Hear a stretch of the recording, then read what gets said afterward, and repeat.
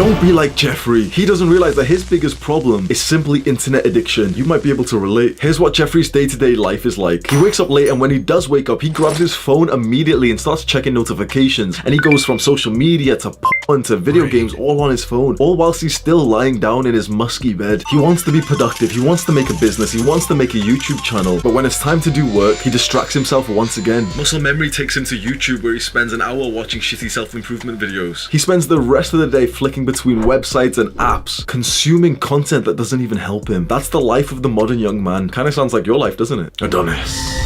Adonis has heard of the internet. He looks over at the men who indulge in this strange invention. Weird. He wonders why these men are exploring in video games when they could just explore in real life. The same men shut down the big, strange technology rectangle and open up a smaller rectangle that they pull out of their pockets. They keep swiping and swiping and swiping. It's interesting. It doesn't seem to make them any happier. My dad banned me from playing video games when I was quite young, like 10 years old. But of course, being a young boy who didn't know he was addicted to video games, I found a way. Me and my brother would set an alarm, and this was like before mobile phones. You didn't have alarms. You had like the literal like physical clock. Set an alarm early, like 5:30, 6 a.m. before everyone woke up. We'd silently go down with we literally had walkie-talkies. Silently go down the stairs and take turns being able to play for like 10, 20, 30 minutes whilst the other one of us would look out for our parents. I remember the rush and the anxiety I would feel when we thought our parents had woken up and we'd quickly turn it off. One time I was too slow. My dad walks towards me. This was cringe. I'm sure he must have known what I was doing, but I put my hands over the monitor and he's like, "What are you doing?" I was like, "Oh, I've been writing a letter." Some shit I said like that. "I've been writing a letter and you can't see it. It's not ready yet." And he just gave me like "Oh, okay."